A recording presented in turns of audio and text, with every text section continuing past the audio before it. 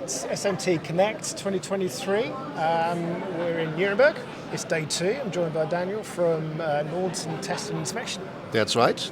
Thanks for coming over and sparing the time to talk to us. Thanks, Ian. Thanks for having us here. So we haven't spoken to before, so just give me an overview of where Nordson is at the moment in the as you hinted at already, so I'm from the Test and Inspection division here, which is now one of the biggest divisions within the entire Nordson group here. We are focusing on the inspection of anything electronic devices. So we have a broad portfolio from manual X-ray systems over high-speed inline automatic X-ray systems, formerly known as Sonoscan acoustic inspection systems, inline and offline, bond test systems, AOIs with the most recent acquisition of CyberOptics. So CyberOptics is now a new member to the Nordson family since November last year. We are now here for the first time, to the best of my knowledge, or second time after the Apex, I believe, with an combinated AOI AXI setup. So you get to see a system that is working nicely, playing nicely already with an SQ3000 from CyberOptics. Right.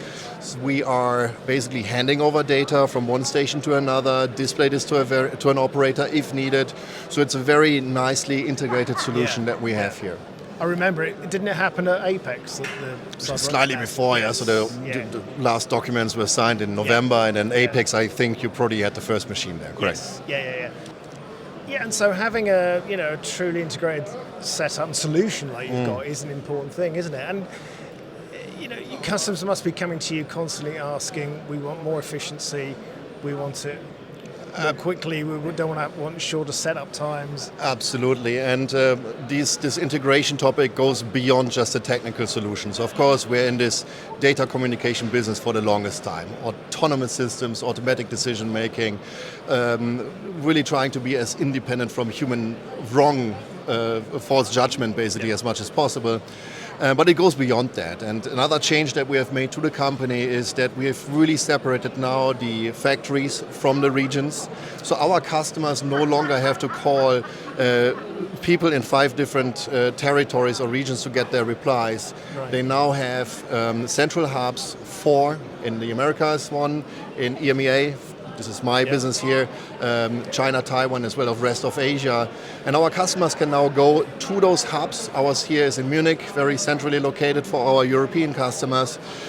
Place their questions, drop their samples off and say, guys, what's the best solution that you have on hand here? It used to be a completely different setup. You needed to know that there's Sonoscan somewhere. You needed to know that there's Matrix somewhere.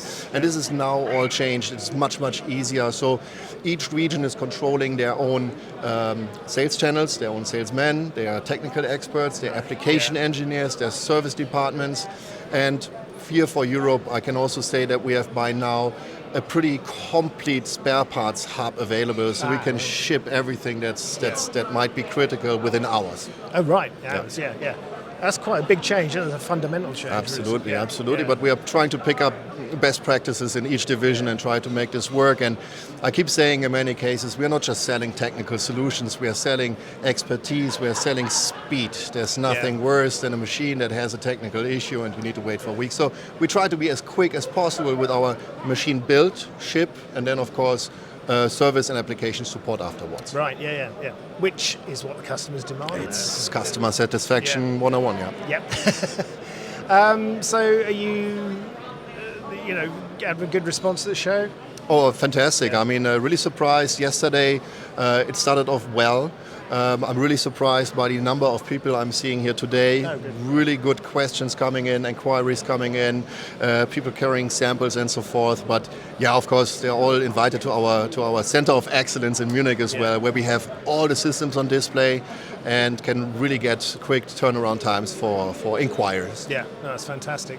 And where do you see? We've got Productronic on the horizon. Have you got anything up your sleeve?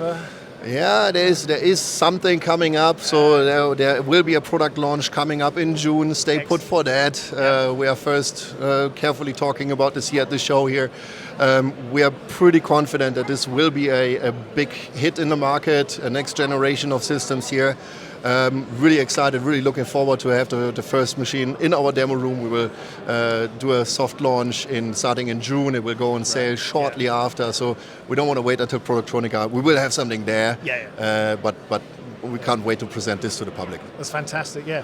And it's, being able to respond quickly to your customers' demands is the most important thing. Absolutely. I mean, just imagine yourself having an issue with your car. Do you want to wait 6 weeks to get it fixed? No, you have a problem on hand.